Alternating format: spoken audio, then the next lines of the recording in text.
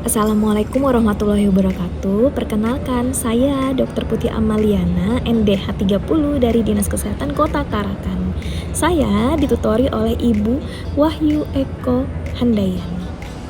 Di sini saya akan mempresentasikan hasil workbook nilai-nilai dasar ASN berakhlak.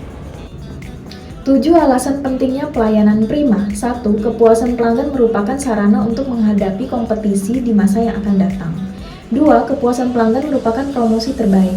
3. Kepuasan pelanggan merupakan aset terpenting. 4. Kepuasan pelanggan menjadi pertumbuhan dan perkembangan organisasi. 5. Pelanggan makin kritis dalam memilih produk dan jasa. 6. Pelanggan puas akan kembali atau customer retention. 7. Pelanggan yang puas mudah memberikan referensi. Hal fundamental dalam pelayanan publik ada 4 poin. 1.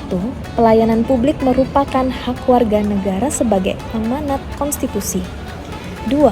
Pelayanan publik diselenggarakan dengan pajak yang dibayar oleh warga negara. 3. Pelayanan publik diselenggarakan dengan tujuan untuk mencapai hal-hal yang strategis bagi kemajuan bangsa di masa yang akan datang. 4. Pelayanan publik memiliki fungsi tidak hanya memenuhi kebutuhan-kebutuhan dasar warga negara sebagai manusia, akan tetapi juga berfungsi untuk memberikan perlindungan bagi warga negara yang bersifat proteksi. Selanjutnya, kita membahas tentang perbedaan antara responsibilitas dan akuntabilitas.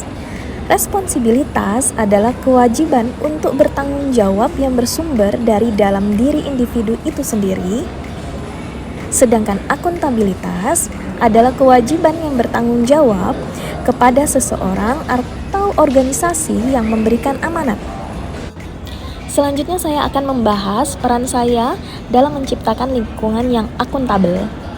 Yang pertama, kepemimpinan. Di sini saya mampu memberi contoh perilaku yang baik kepada orang lain dalam bekerja. 2. Transparansi, bersikap saling terbuka antar sesama dalam bekerja. 3. Integritas, saya bersikap jujur dan mematuhi semua aturan yang berlaku. 4. Responsibilitas, saya mampu mempertanggungjawabkan setiap tindakan yang saya lakukan. 5. Keadilan, saya memberi kesempatan dan perlakuan yang sama pada semua orang dalam bekerja. 6. Kepercayaan, dapat dipercaya dan memiliki rasa percaya pada orang lain. 7. Keseimbangan, adanya keseimbangan antara akuntabilitas, kewenangan, harapan, dan kapasitas. 8. Kejelasan, mampu mengetahui kewenangan, peran, tanggung jawab, misi organisasi, kinerja yang diharapkan organisasi, dan sistem pelaporan kinerja. 9. Konsistensi, di sini saya melakukan hal terbaik secara terus-menerus tanpa henti. Sinergi perilaku kompeten bersumber dari 1. Belajar dari uji coba atau learning by experimenting. 2. Belajar dari penelaan, penggalian atau learning by investigating. 3. Belajar dari praktek atau learning by practicing. Potensi dan tantangan keanekaragaman di lingkungan saya bekerja ada 5 poin. 1. Up to date terhadap sesuatu yang berkaitan dengan bidang saya. 2. Bisa menyelaraskan antara kondisi hati dan pekerjaan. 3. Mampu bekerja secara tim dengan orang yang berbeda karakter. 4. Dituntut selalu konsisten. 5. Harus berhadapan dengan deadline. Di Adaptive Culture Framework ada 9 komponen. 1. Memiliki tujuan yang hendak dicapai bersama. 2. Mengembangkan nilai-nilai budaya organisasi. 3. Menjelaskan hendak apa yang dituju. 4. Menjadi pondasi penting dalam membangun budaya adaptif. 5. Visi dan values menjadi landasan untuk dibangunnya strategi. 6. Mendukung budaya adaptif. 7. Harus dapat menyelesaikan permasalahan yang muncul.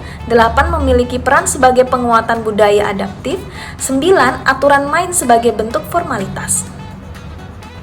Perbedaan berpikir kritis dan kreatif, yaitu berpikir kritis adalah suatu kemampuan untuk berpikir dengan rasional dan tertata yang bertujuan untuk memahami hubungan antara ide dan atau fakta. Sedangkan kreatif, kemampuan menganalisis sesuatu berdasarkan data atau informasi untuk menghasilkan ide-ide baru dalam memahami sesuatu. Praktek penerapan adaptasi dalam penyelenggaraan tugas dan fungsi organisasi yang merespon perubahan lingkungan, yaitu dengan menerapkan budaya organisasi. dengan menciptakan budaya yang tepat dan dapat mendukung tercapainya tujuan organisasi, sehingga meningkatkan efektivitas organisasi dan kinerja. Tantangan praktek dalam WOG ada 3. 1. Kapasitas SDM dan institusi. 2. Nilai dan budaya organisasi. 3. Kepemimpinan. Demikian penjelasan saya. Dari hasil belajar menggunakan workbook ini, workbook mempermudah saya dalam memahami suatu materi karena berisi inti yang mewakili keseluruhan bahasan modul. Workbook juga meningkatkan semangat dan antusias saya untuk belajar dengan nyaman. Terima kasih, mohon maaf jika ada salah kata. Wassalamualaikum warahmatullahi wabarakatuh.